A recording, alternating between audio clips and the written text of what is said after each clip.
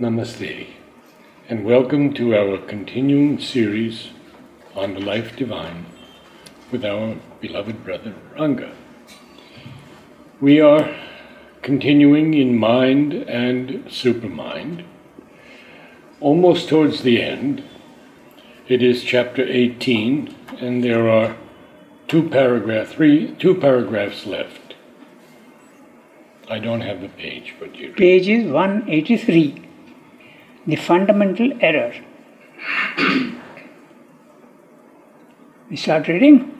We read it once yesterday, we'll read it again and go sentence by sentence.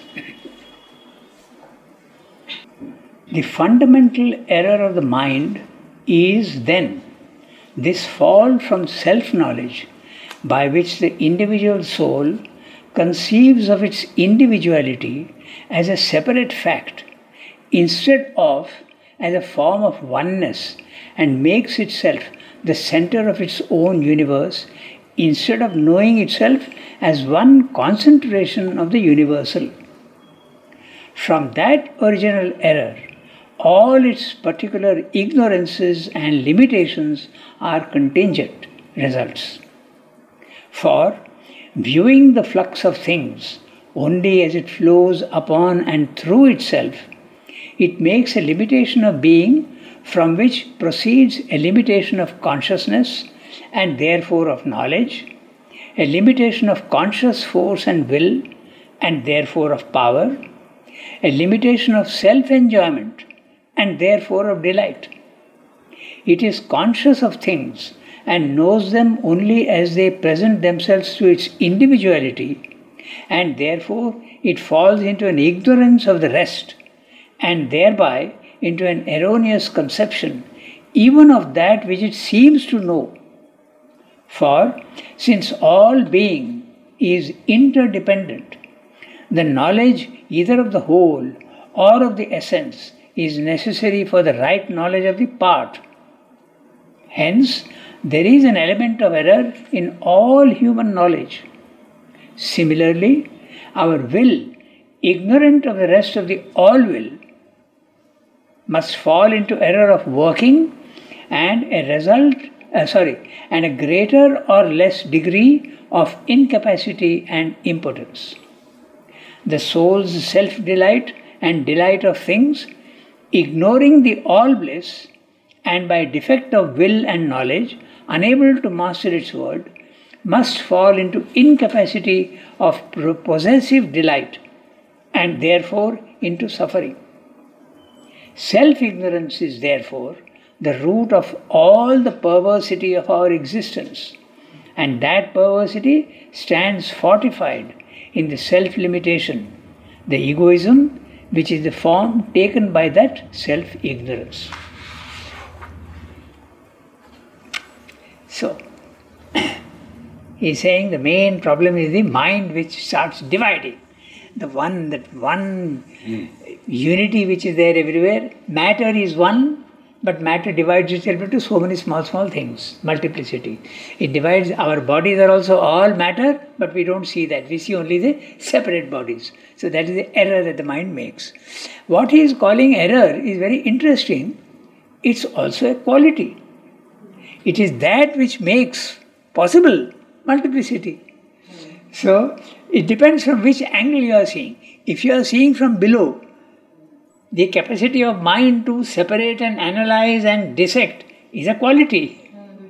But if you look at it from above, it's a defect because you are not seeing the truth. So this is the thing for everything. That which it would be, he is making a difference between mind and overmind, the supermind, and therefore he has to call it an error. So it's interesting because that one is degrading and manifesting, and everything, Sat, Chit, Shakti, Ananda, all of them at the highest level, complete truth. As it comes down, it gets distorted, and therefore it seems to be the opposite, but actually it's not opposite, it's the other end of the polarity, just like light. So but this is a beautiful phrase, all being is interdependent. Yes. And this even science has now discovered that there is an interconnection with everything. We don't see that interconnection. If you can see that interconnection, in fact, there is the butterfly effect, they say, that a butterfly's wing fluttering somewhere can produce a storm somewhere else because everything is connected. So this connection has been discovered even by science. But science is mentalizing that knowledge. It's not seeing it. That's the difference. You have to realize it in experience. That we are not doing yet. Okay, so we read sentence by sentence. The fundamental error of the mind, note the word mind with an M cap, is including right from the beginning up to the end. Everywhere, wherever mind is there, its main function is to cut and divide and analyze. The fundamental error of mind is then this fall from self-knowledge, by which the individual soul conceives of its individuality as a separate fact instead of as a form of oneness, and makes itself the center of its own universe instead of knowing itself as one concentration of the universal. Clear? Yeah, very clear. So, actually we are part of the whole, but we have forgotten and we think that we are only separate. And the others have become, Sri Aurobindo often use the word other in double quotes. You are other than me. Actually you are not other than me, but you are, in the practical field, it's useful also to be other. Otherwise I can't have a relation, I can't have a conversation even, I won't have, if there's only oneness. But haven't many gone beyond the mind? Oh, so many. So many. All yogis. The moment, but when you say mind, which level of the mind? Yeah, exactly. That's always the question. Yeah, so that's why. Even at our level, the mind has three levels. We have the physical mind, which is the manas. Its function is only to interpret the senses. This is a very interesting thing also. What is meant by interpretation of senses? A young baby, a newborn baby, is being able to see everything, hear everything. Can he understand anything? Nothing at all. This is the manas has not yet been programmed to interpret what it is seeing and hearing. It only receives the data in raw form. We don't think of it that way. It's very interesting. I'll give you an example to explain this mind principle. It's a very complicated thing. Nowadays, US started that, the United States, spying with satellites. Okay, you go up 100 meters, 100 miles, 200 miles, photograph things, okay, and send this data to the center where they analyze. Now, if you and I look at that data, we'll understand nothing at all. Those who know how to interpret those images, suppose they see a long building, okay, then they know that this is a storehouse, or they know that it is a hangar for an airfield. When they see things, they can say this is an airfield. So this is interpretation. So the data that comes in from the world to us is in raw form. It's a mind, the manas, which is interpreting, and therefore you know what you're seeing. If the manas goes wrong, you will not understand what's happening. That's why they say the principal sense is the manas. Huh? The principal sense, that five. Yes, that's right. But that is the sixth sense. Yes, that's what that's right. In fact, it is called the sixth sense, but it's actually the only true sense. Because it can function without the aid of the five senses. And that is what happens in hypnotism or when you go into your inner consciousness. It's a sixth sense that happens. So there's a whole explanation on that. But I'm just telling you what the manas is. Similarly, there's a vital mind. The vital mind is a combination of mind working in the vital field.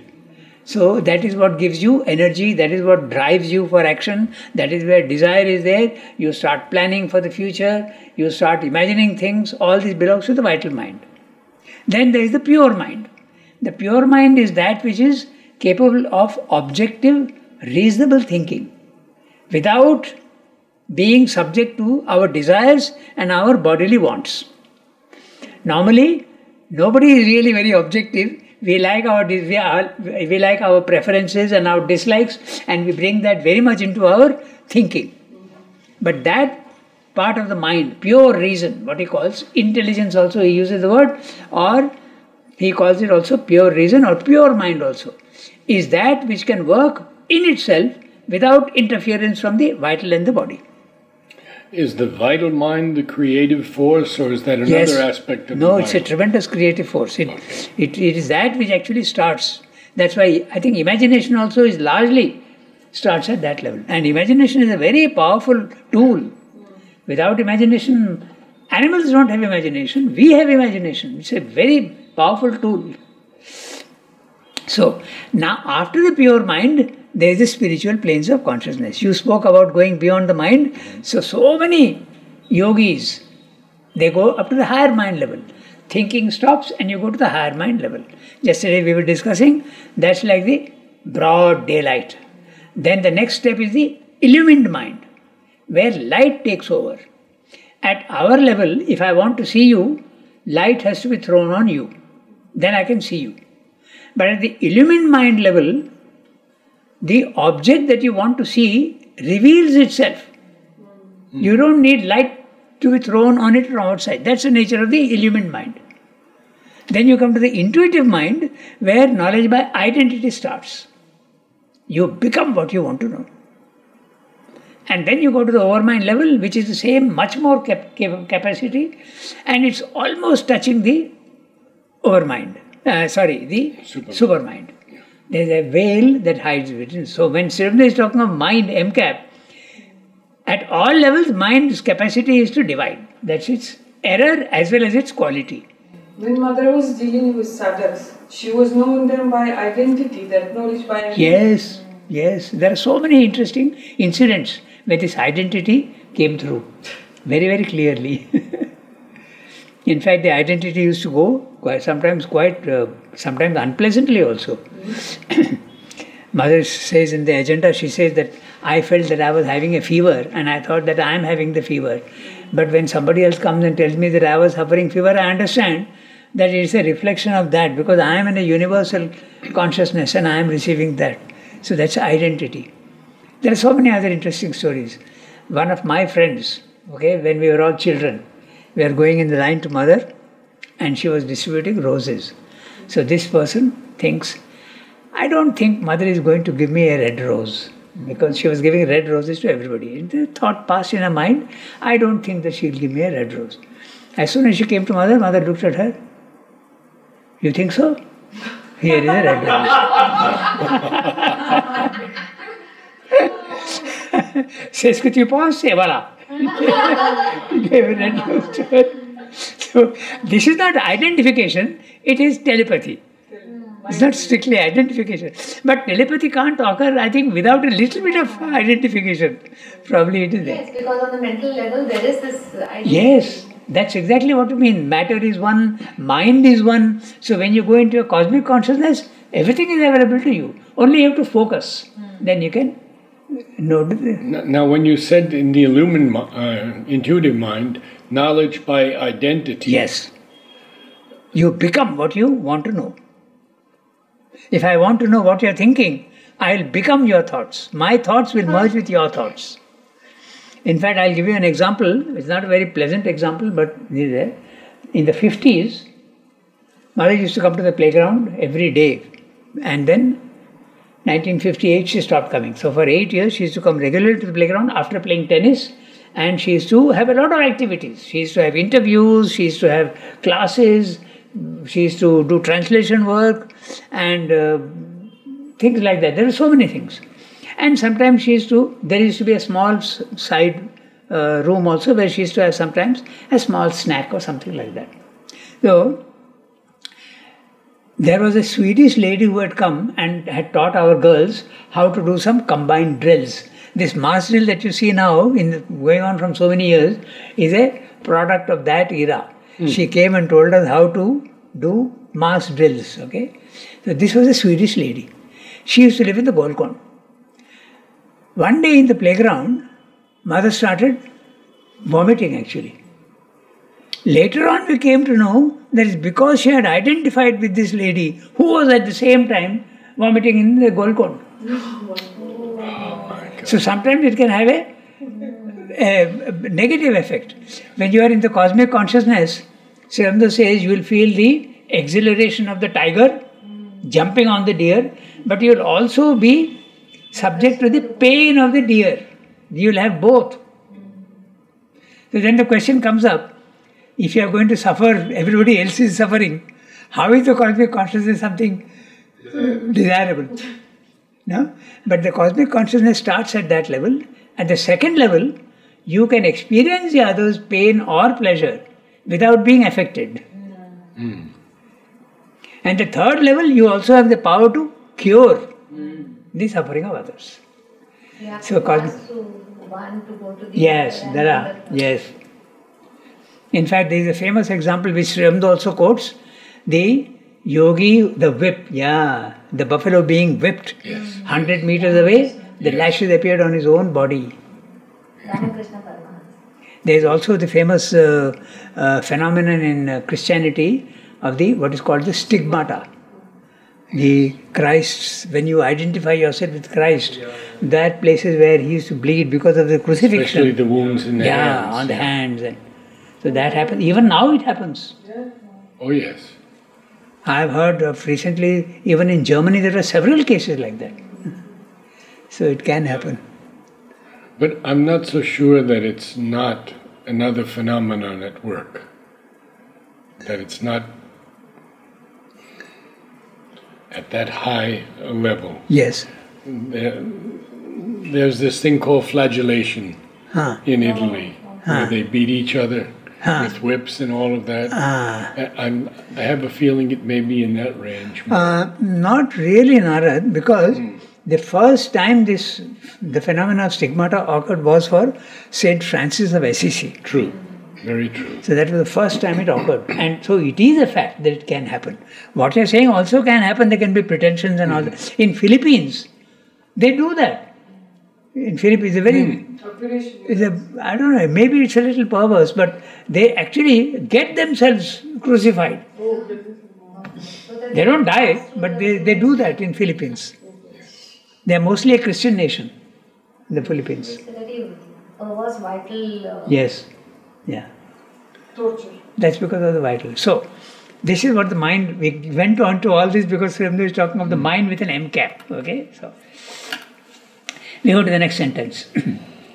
From that original error, all its particular ignorances and limitations are contingent results.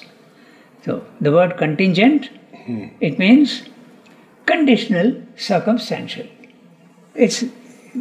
That is a conditional, it depends on that. Because of the limitations of, self-limitation of knowledge gives you all these results of the imperfections. Okay? So, for viewing the flux of things only as it flows upon and through itself, it makes a limitation of being from which proceeds a limitation of consciousness and therefore of knowledge. We'll stop here because we would like to dwell a little on what he's saying as flows upon and through itself. So, at every form which you see in the physical world is subject to all the other vibrations of all the other forms. So, he is making it very, very clear and he's using the word flows upon and through itself. So, at the physical level, there is the flow of matter into us and there is the flow of matter out of us. That's very obvious. The food I take in, matter is coming into me at the physical level. At the vital level, other people's vibrations come into my vital. And also, we are also sending out our vital vibrations to others and they also receive. Mostly unconscious. Mostly. But you can become conscious of it, and if you are very conscious, you can develop your aura in such a way as to stop those vibrations which you don't want. So this is what he means by flow upon and through itself. Everything. Mental thoughts also. The thoughts that you are having, I can also have. It's a very, very common phenomena in schools and classes where you have one child is just going to answer a question of the teacher and suddenly somebody else answers exactly the same words. So it's a thought is there and it enters into minds and you can express. So this happens at all the levels. And when you are at that cosmic level, entire vibrations of the cosmos also is available to you. So even at our physical level also it is there. So note the word, how accurate Sri Aurobindo is with his viewing the flux of things. First of all, there is a flux. Nothing is stable. We saw that the other day. Everything in the physical world is in flux.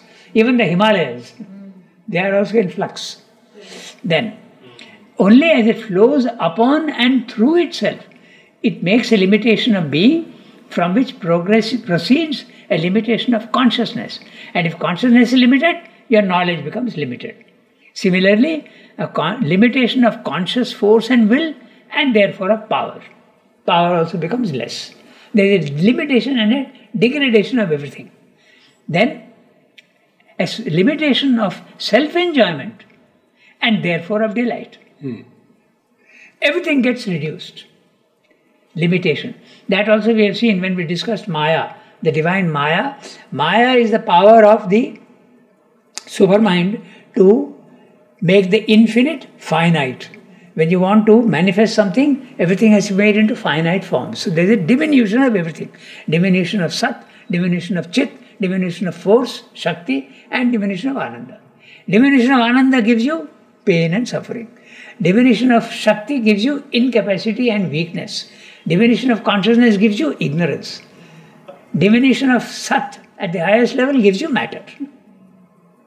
That's what he is saying. Self-aware, therefore, it is conscious of things and knows them only as they present themselves to its individuality, and therefore it falls into an ignorance of the rest, and thereby into an erroneous conception even of that which it seems to know. This is the problem with science. Science thinks it knows. But does it really know electricity? It knows only how to use electricity, but doesn't know what is electricity. It's a force. But what is that force? Have you experienced? No. This is the problem with all science. It's a knowledge, a semi-knowledge. You don't know the essence, but you know how to use it. So that which you think you know, you really don't know. That's what he's saying. And then seems to know.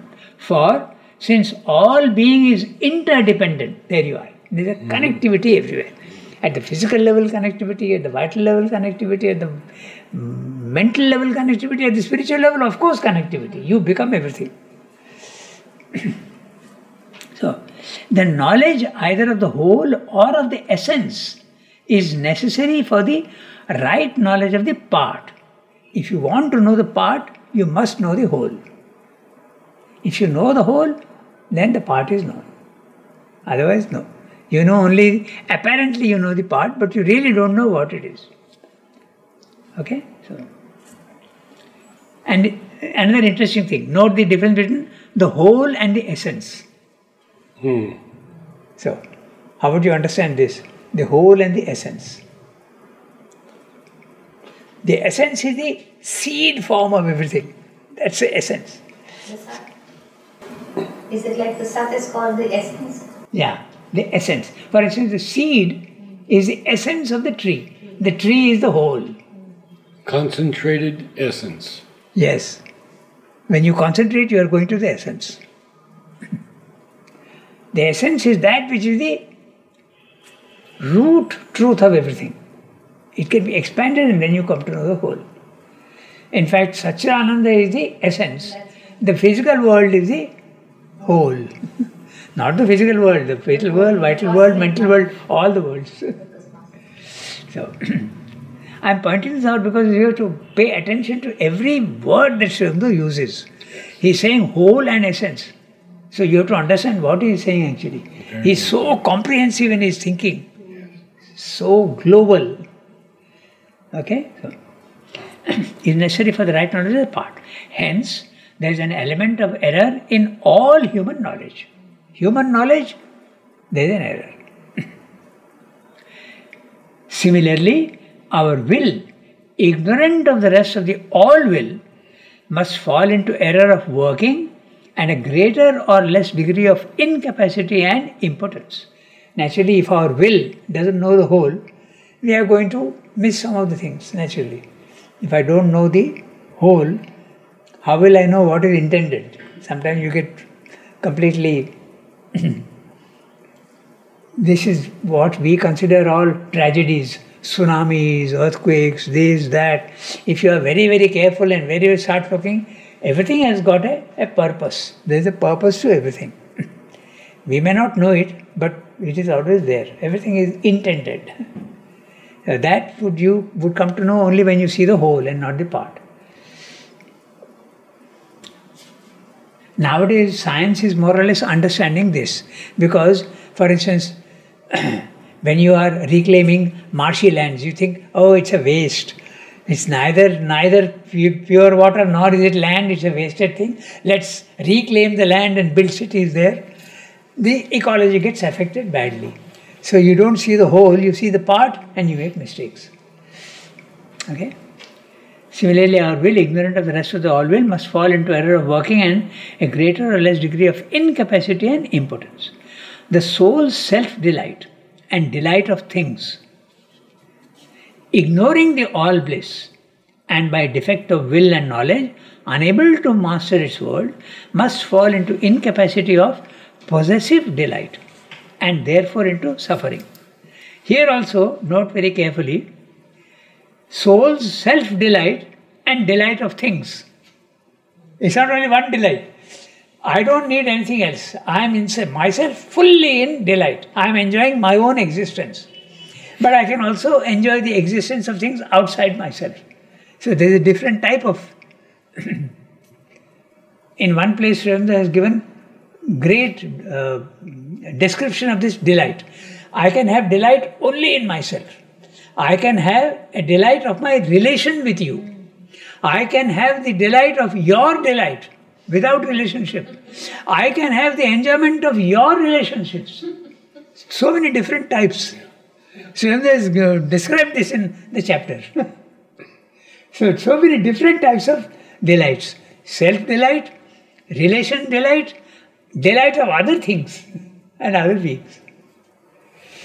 So, hence there is an element of error in order. No, we finish that.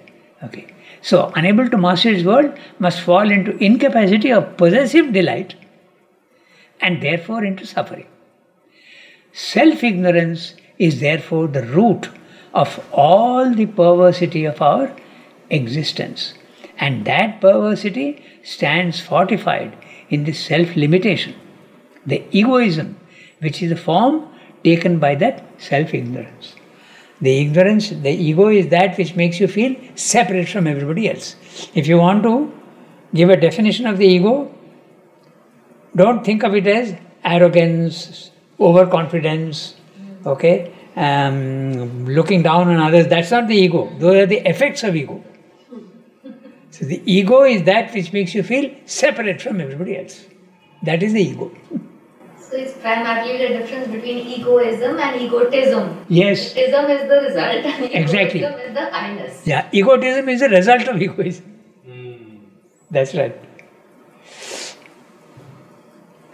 So, and note also how interestingly ego is necessary. So suppose you don't have an ego, you are from matter at a tamasic state, you come to the vitality.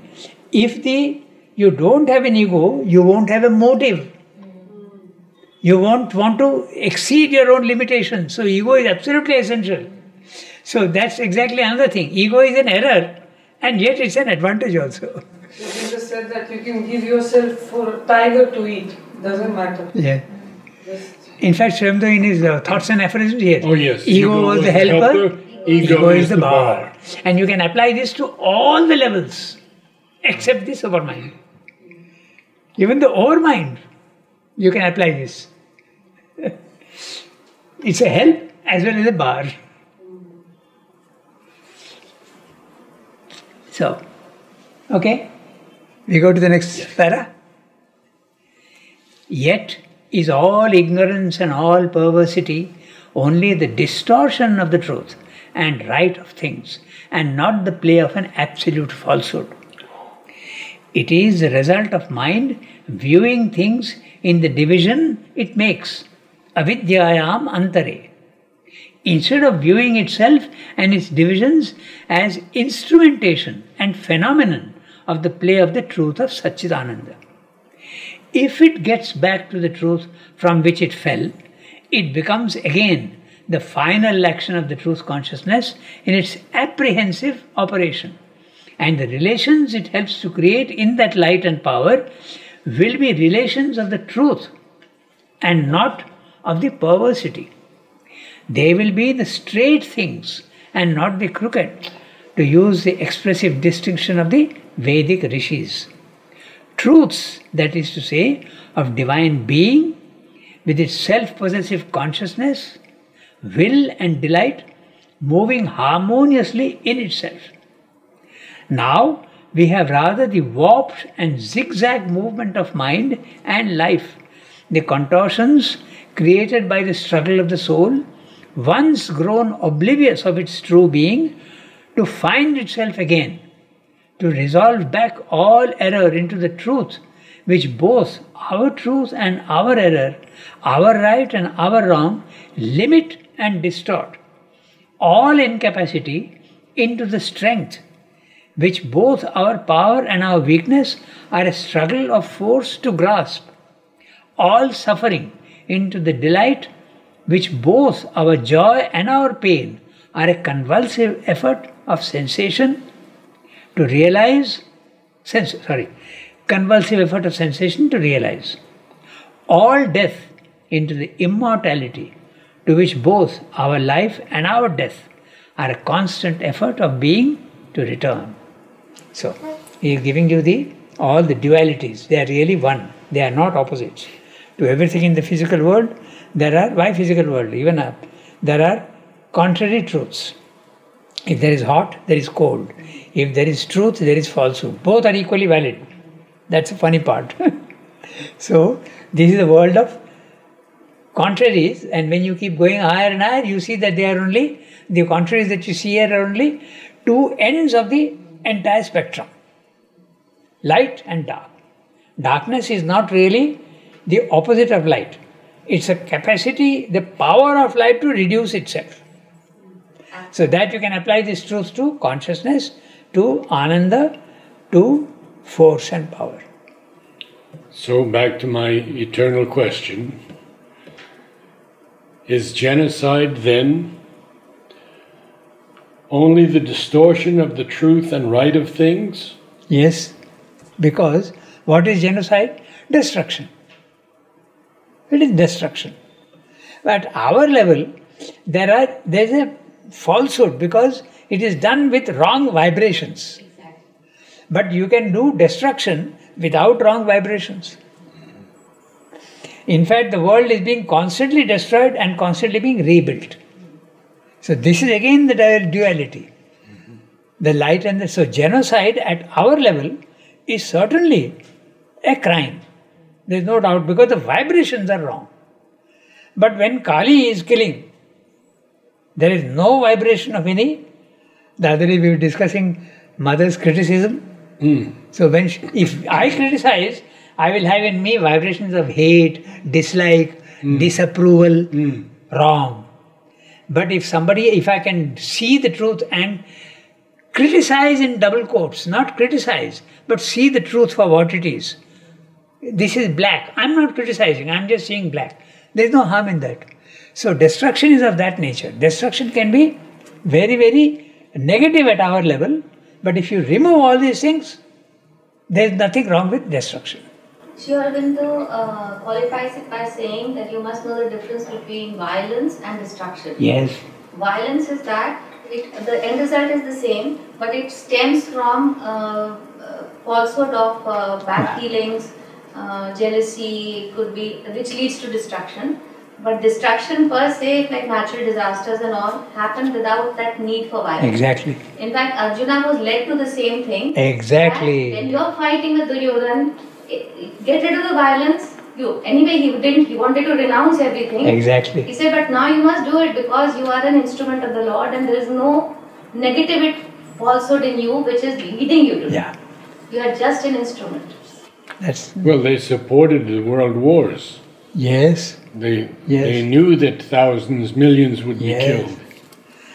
And it's not the millions that are being killed is the problem. The problem is the wrong forces which are trying to conquer the world. Yes. That's why Sri Aurobindo stood up. In fact, everybody was angry with Sri Aurobindo. Here is someone who has fought the British all his life. Now suddenly he is supporting Britain. What the hell is this? Many were against him. Yes, in the ashram.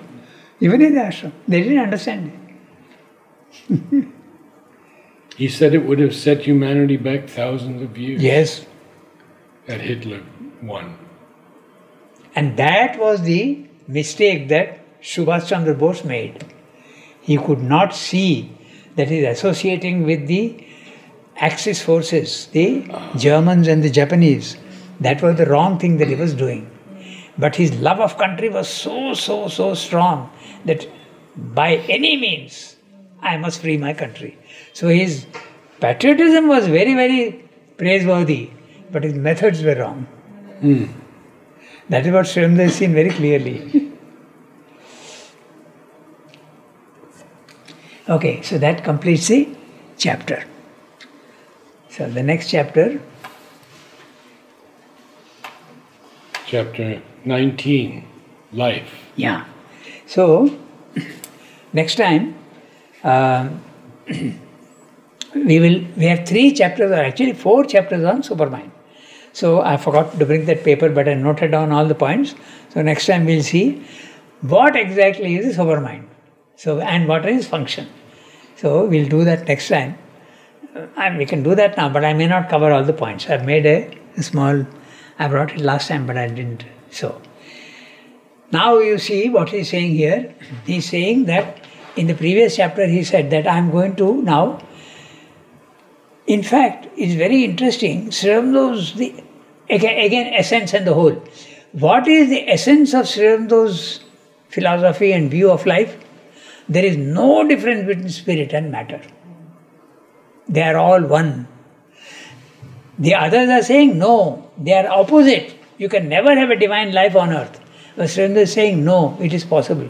There is an evolution, and that his poetry, his essays, his everything is centered on this one point. So life divine, he will be very busy establishing the connection between the highest and the lowest.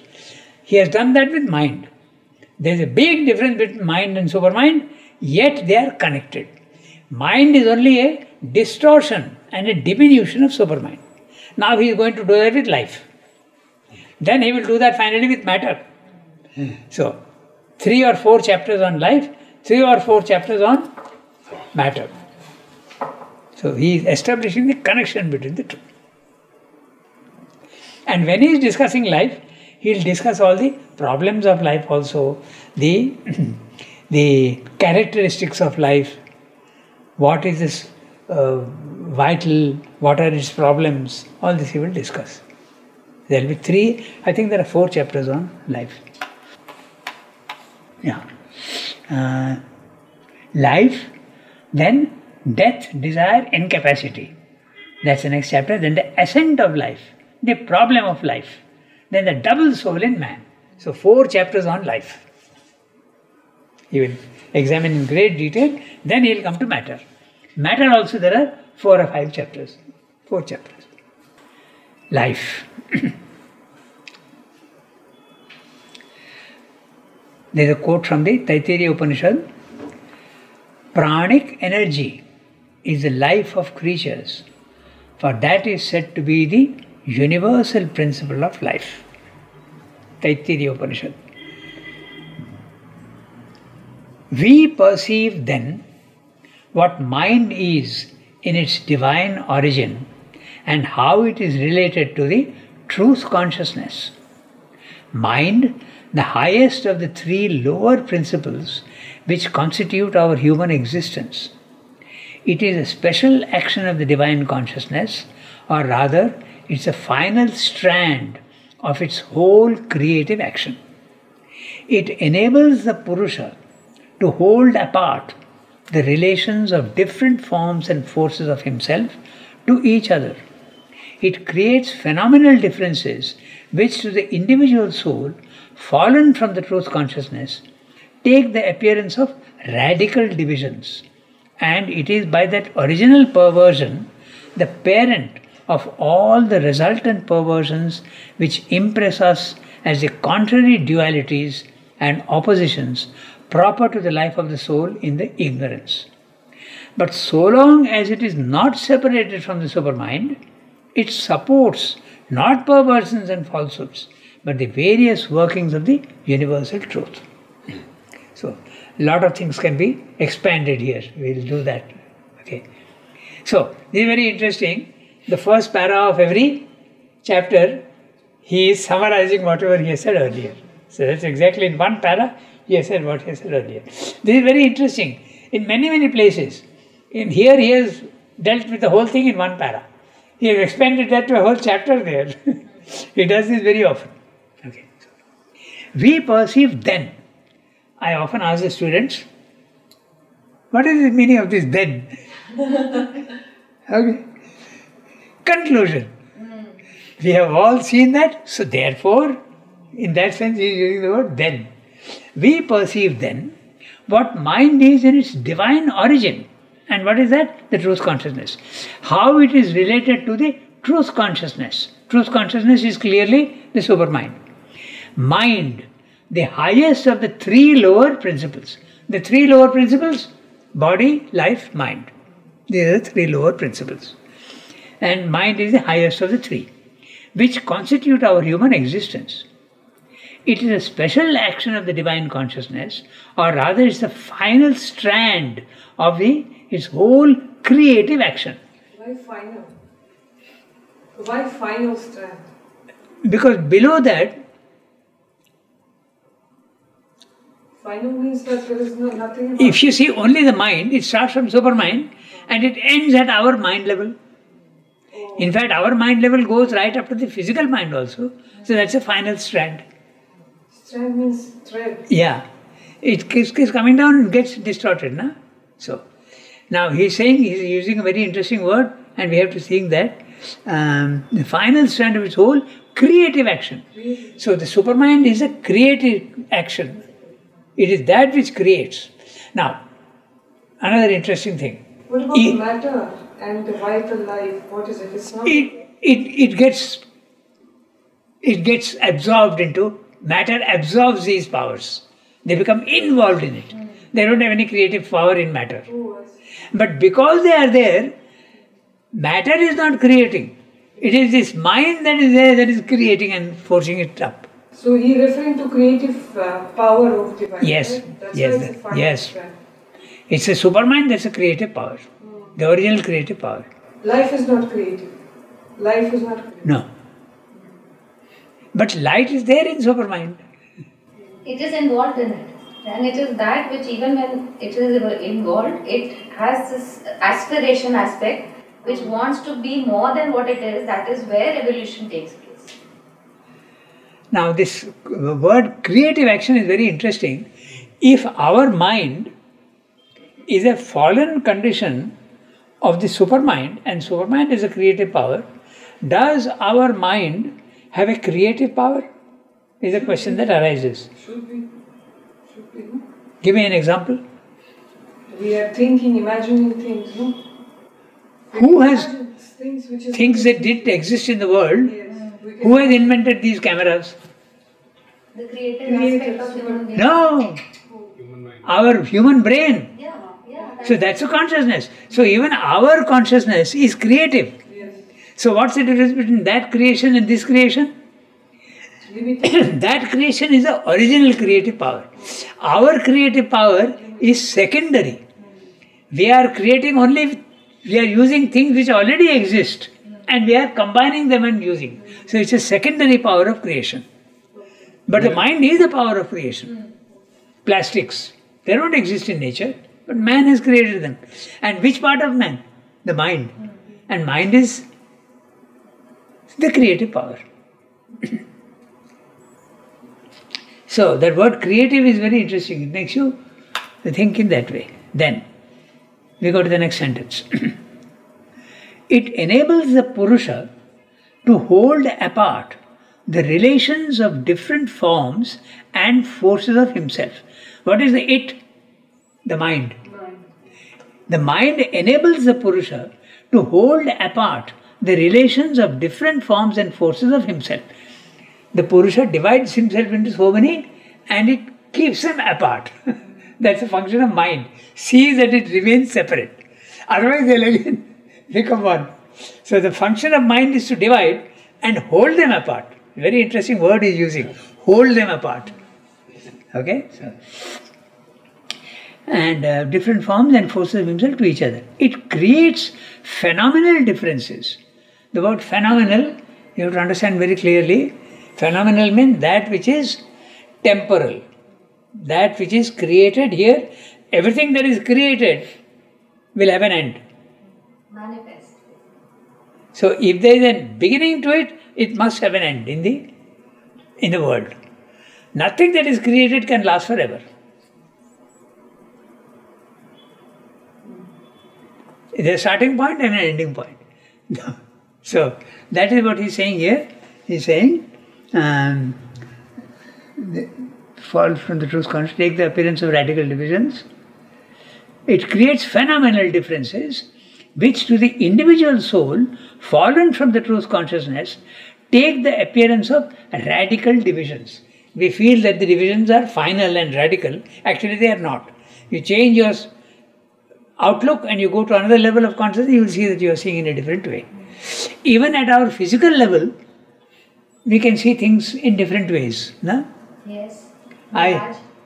The mirage aspect. Yes, that's one thing. But even more concrete, I usually give the example of take a pencil and put it horizontally, you will see only one point. Go up, you will see a line. How is it that the same thing you are seeing in two different ways?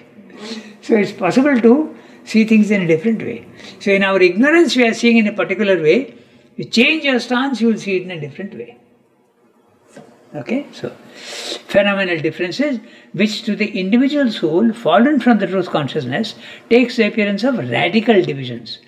And it is by that original perversion, the parent of all the resultant perversions which impress us as the contrary dualities and oppositions proper to the life of the soul in the ignorance. So all the dualities that you see are caused by the mind that divides them. Actually there is no division. I usually give the example of to our children in the school. Take the example of light. Okay, you are sitting in the theatre, our theatre, and the lights are all. The bell rings and the program is about to begin. They start dimming the lights, dimming the lights, dimming the lights, dimming the lights. It ends in darkness. So darkness is not the opposite of light. It is a power of light to reduce itself. And here we are seeing contraries. We are in the field of dualities. Go slightly up, you will see that there are no there are no dualities. There is only the same thing taking different levels of vibrations. That's all. This is the truth of all. Love and hate are really vibrationally the same. Mata says that very clearly also. Their vibrational quality is the same. Love and hate. In fact, in our human relations, love can very easily change into hate. So they are the same. Light and darkness, love and hate, generosity and miserliness, all at the same level. This is what Sri Krishna is telling Arjuna, to rise above and see that the dualities are false. You have to go to the higher mind and see your oneness you start seeing and not the dualities. So that's what he is saying, that mind is the culprit. It is that which creates all the dualities here. Okay? But so long as it is not separated from the supermind, it supports not perversions and falsehoods, but the various working of the universal truth. Now again, but so long as it is not separated, what is the it? Again the mind. So long as the mind is in the supermind, it is supporting real creative forms. But you come one step down and it supports falsehoods. The Mayavada philosophy becomes valid. You see illusions. Yes. So that's what he's saying in this last bit. He's saying, but so long as it is not separated from the supermind, it supports not perversions and falsehoods, but the various working of the universal truth. So Mayavada is a truth below the supermind. The moment you go into the supermind, it's not a truth anymore. Even if you get glimpses of the supermind in the lower planes, you will see that Mayavada is not necessary. You can see that. When Sri Aurobindo didn't jump to conclusion, because he also had the experience of Nirvana. He saw that the whole world, there's so many sonnets he has. world of empty forms, without any. There is a sonnet also, not one sonnet, several sonnets, where he's saying the world is just empty forms and nothing. There is no reality to them. Images, only images, without substance. So, but if you go to another level of consciousness, you start seeing in a different way. So, in this para, he has just told you what he has said earlier. Resume. He is still continuing with the mind only. Mind thus appears as a creative cosmic energy. Mind with an M cap. So he is including... Huh? Agency. Yeah, agency, that's right. Creative agency. This is not the impression which we normally have of our mentality. Rather, we regard it primarily as a perceptive organ, perceptive of things already created by force working in matter. And the only origination we allow to it is a secondary creation of new combined forms from those already developed by force in matter. But the knowledge we are now recovering, aided by the last discoveries of science, begins to show us that in this force and in this matter there is a subconscious mind at work which is certainly responsible for its own emergence. First, in the forms of life, and secondly, in the forms of mind itself. First, in the nervous consciousness of plant life and the primitive animal. Secondly, in the ever-developing mentality of the evolved animal and of man. And as we have already discovered that matter is only substance form of force, so we shall discover that material force is only energy form of mind. Material force is, in fact, a subconscious operation of will. Will that works in us in what seems to be light, though it is in truth no more than a half light. And material force that works in what to us seems to be a darkness of unintelligence are yet really and in essence the same, as materialistic thought has always instinctively felt from the wrong or lower end of things, and a spiritual knowledge working from the summit had long ago discovered. We may say, therefore, that it is a subconscious mind or intelligence which, manifesting force as its driving power, its executive nature, its prakriti, has created this material world. So there also we can expand a lot without each word what he's saying. Let's see what he's saying. Mind thus appears as a creative cosmic energy. So if you look at it from the spiritual point of view, mind is a creative agency. But do we think of it that way? No. We don't think of it that way. We feel if mind is there, it's an instrument of perception. I start perceiving things. That's what he's saying. Okay? We don't normally think of it that way. This is not the impression which we normally have of our mentality. Rather, we regard it primarily as a perceptive organ. Perceptive of things already created by force working in matter. So, and the only origination we allow to it is a secondary creation of new combined forms from those already developed by force in matter. This is exactly what we were discussing just now. Exactly. Yeah. Exactly what we were discussing. That is the original creative and this is the secondary creation. Okay? So, new combined forms from those already developed by force in matter. But the knowledge we are now recovering, aided by the last discoveries of science, begins to show us that in this force and in this matter, there is a subconscious mind at work, which is certainly responsible for its own emergence, first in the forms of life, and secondly in the forms of mind itself, first in the nervous consciousness of plant life and the primitive animal, secondly in the ever-developing mentality of the evolved animal and of man. So, he's saying something quite striking.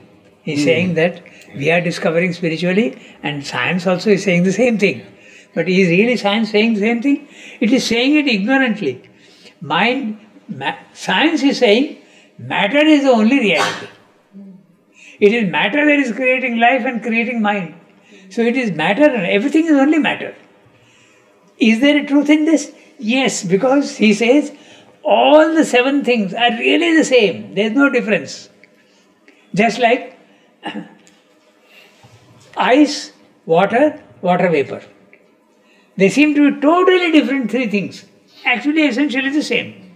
So, supermind, Sat Chit Ananda, mind, life, body are really the same thing. From the spiritual point of view, you see that they are really the same. Science is saying that in a veiled manner.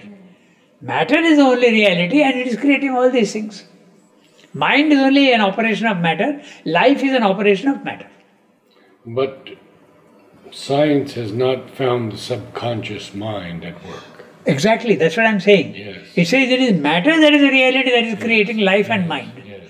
So they are saying the same thing ignorantly. Yeah? Materialism says matter is the only reality.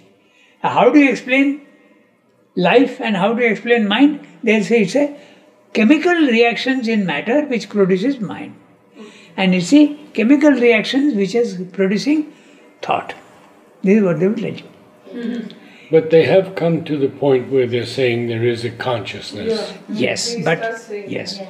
Now the latest thing, recently it has come out, yeah. they call it biocentrism. They have come to the fact that consciousness is not a product of matter. It is independent of matter. That they have come to. But they are still making the mistake that it's a property not of matter but of life. Wherever there is life, there is consciousness. There is a mistake they are making. They call it biocentrism. It's called biocentrism. That means wherever there is bios, that means life, there is consciousness.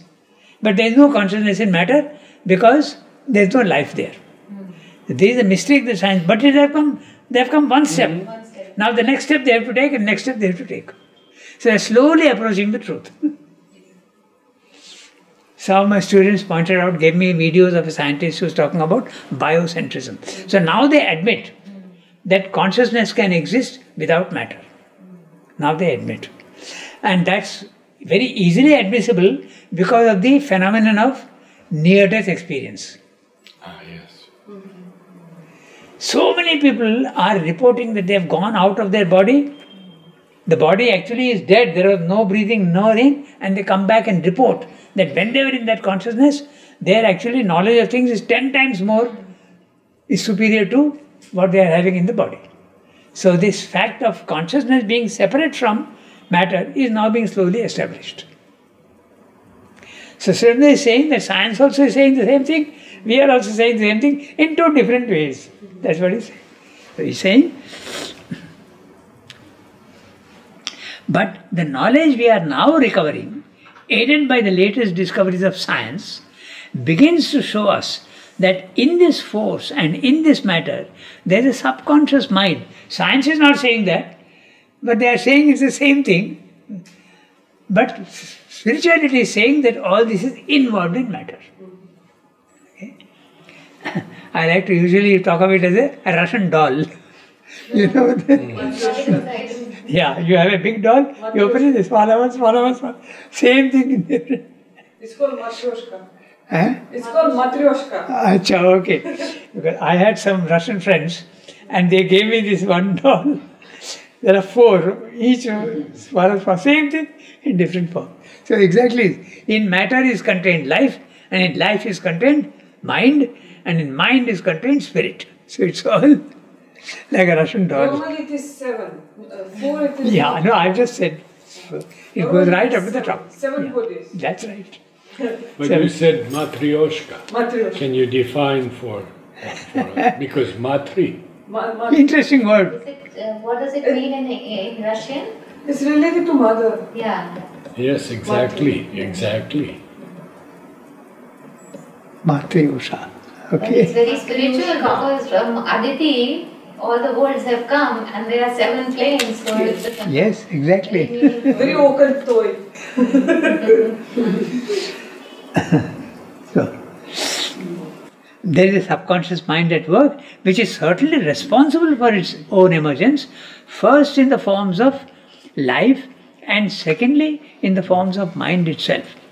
First in the nervous consciousness of plant life and the primitive animal, secondly in the ever developing mentality of the evolved animal and of man. So I think one of the idea of evolution was there in India long ago, but it wasn't developed in its full details. The Dashavatar is clearly, the idea of evolution is there. There is a clear gradation of mounting, going upwards. Scientific evolution, they are not talking of involution. They are talking only of evolution. So the truth is that there can be no evolution without involution. So if involution is there, there can be evolution. We can stop here and we pick up the last sentence next time. So which is the last sentence? And as we have already discovered. Okay, there. And as we have already discovered, that matter is only substance form of force. So exactly what we discussed, that they are all essentially the same, ice, water, water vapor. So substance form of force. Matter is solidified force, if you want. That's what he's saying. Okay? So we shall discover that material force is only energy form of mind. Material force is, in fact, a subconscious operation of will. So he goes on. But we'll stop here today. So, everything is really the same, taking different forms. It's difficult for us to think that matter, life and mind is really the same thing, but then that's exactly the point, that it becomes subtler and subtler substance. Matter is substance and vital also is substance, but subtle substance. And you go to mind, that also is substance. It has got color, form, shape, everything. Thoughts have forms and thoughts have shapes and colors.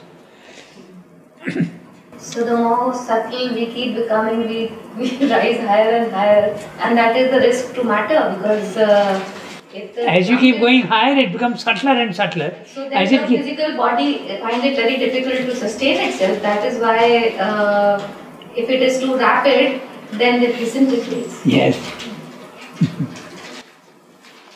Okay, we stop here today.